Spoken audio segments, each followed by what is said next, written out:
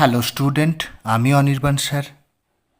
Class 11-12-এর ইতিহাস বিষয়ে যারা পরীক্ষা দিতে যাচ্ছ SLST 2025, তাদের জন্য এই প্রশ্নগুলো একবার দেখে নাও। এখানে 60টি প্রশ্ন নিয়ে এসেছি, স্যাম্পল কোশ্চেন।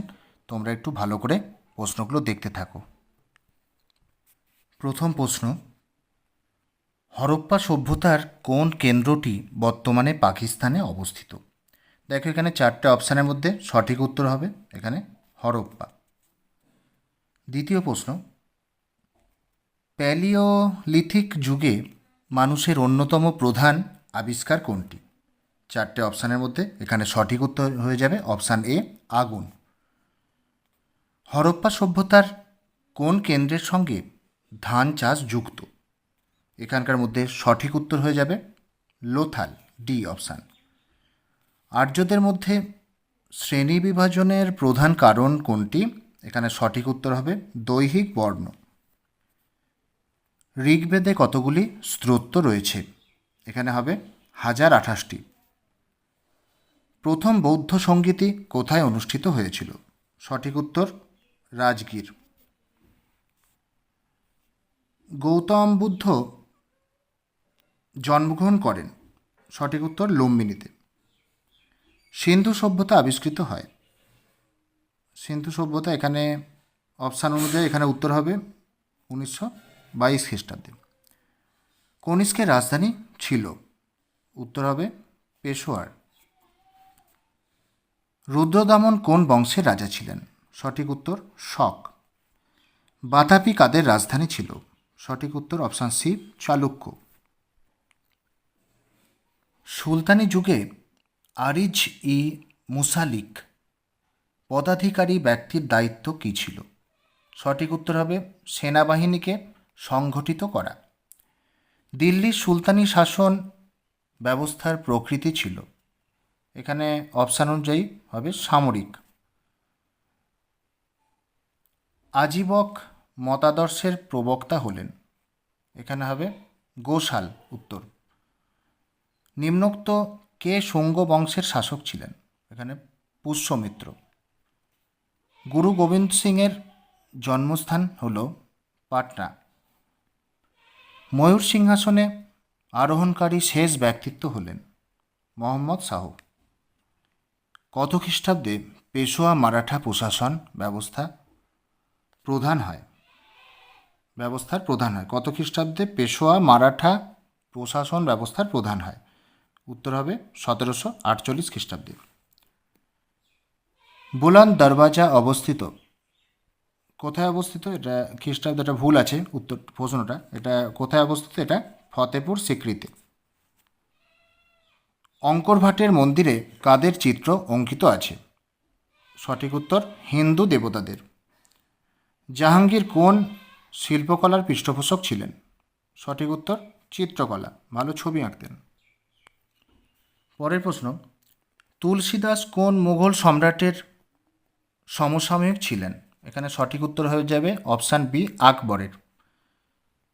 পাটনার পূর্ববর্তী নাম কী ছিল? উত্তর হবে পাটলিপুত্র। জাতীয় কংগ্রেসের কোন অধিবেশনে প্রথম বন্দে মাতরম সঙ্গীতটি গীত হয়, গাওয়া হয়েছিল? এখানে সঠিক উত্তর হবে 1896 খ্রিস্টাব্দের অধিবেশনে। আল হিলাল নামক পত্রিকার সঙ্গে কে যুক্ত ছিলেন? সঠিক উত্তর আবুল কালাম আজাদ। ক্রিপস মিশন ভারতে আসে 1942 খ্রিস্টাব্দে। ইনকিলাব জিন্দাবাদ প্রথম উচ্চারিত হয় ড্যাশের কণ্ঠে? উত্তর হবে ভগৎ সিং। পুনা সার্বজনিক সভার প্রতিষ্ঠাতা কে? উত্তর হবে রানাডে, মহাদেব গোবিন্দ রানাডে। কে বলেছিলেন ব্যাক টু দ্য ভেদাস? সঠিক উত্তর স্বামী দয়ানন্দ সরস্বতী। মহাত্মা গান্ধী প্রথম কোথায় সত্যাগ্রহ অনুশীলন করেন?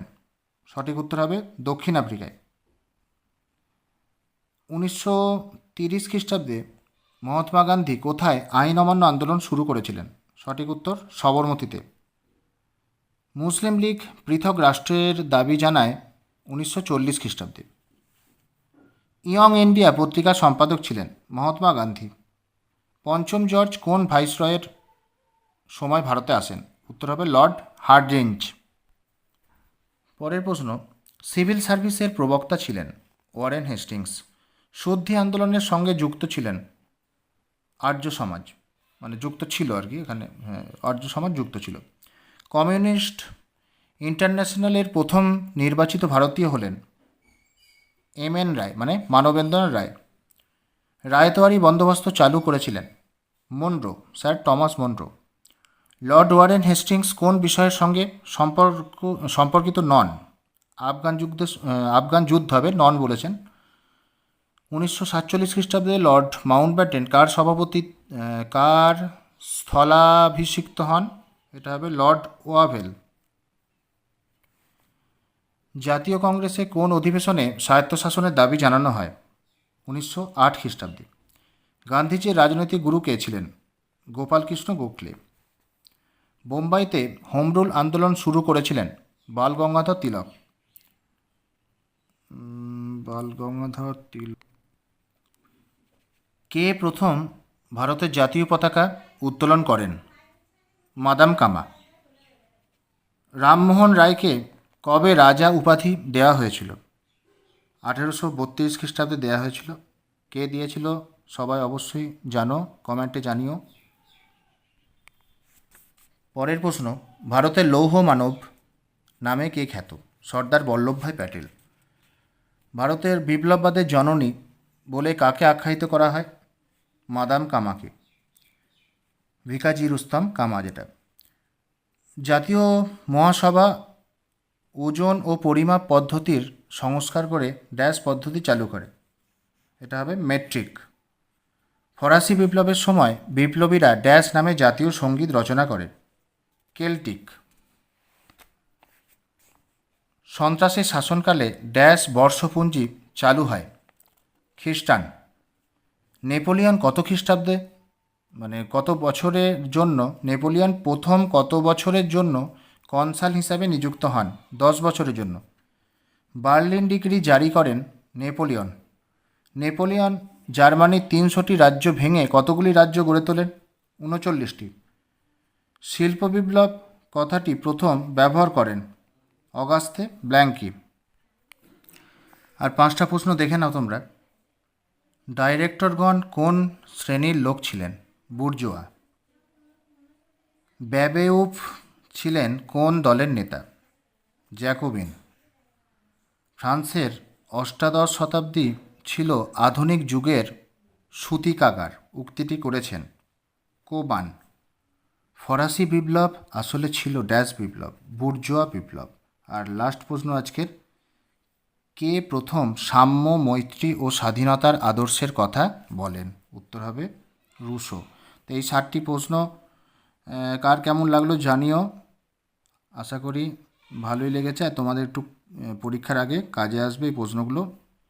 আবার দেখা হচ্ছে নেক্সট কোনো ভিডিওতে। টাটা।